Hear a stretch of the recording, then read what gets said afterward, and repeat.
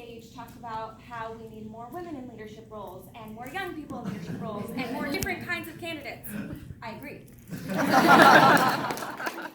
We're seeing women and young people across the country and here in this district get energized and excited in ways that we haven't seen before. And we need to translate all of that energy and give them a reason to come out to the polls.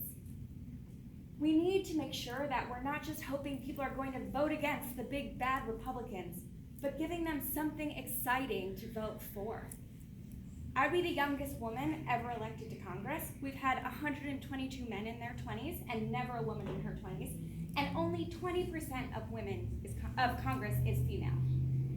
And we know that that's important. It's no surprise that it was Senators McCaskill and Gillibrand that were so forward-leaning on making sure that we're addressing military sexual assault. It's the female members of Congress that make sure that women's reproductive health care is included in the broader veterans' health care bills. And it's the women on both sides of the aisle who come together and are actually able to pass bipartisan legislation, even in this climate of hyper-partisanship. Like many of you, I'm looking at a broken Washington, and I don't want the same politicians with the same ideas.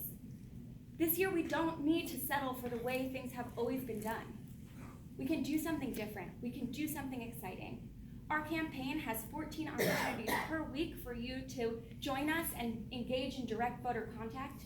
We have a message that resonates with voters and the resources necessary to make sure that voters throughout the district hear our message.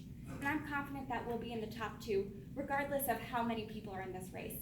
Because if you look across the country at the primaries that have happened in Texas, in Illinois, last year in Virginia and New Jersey, if there was a woman in the ranks, if there was a young people, she outperformed expectations, because this year we're all looking for something a little bit different.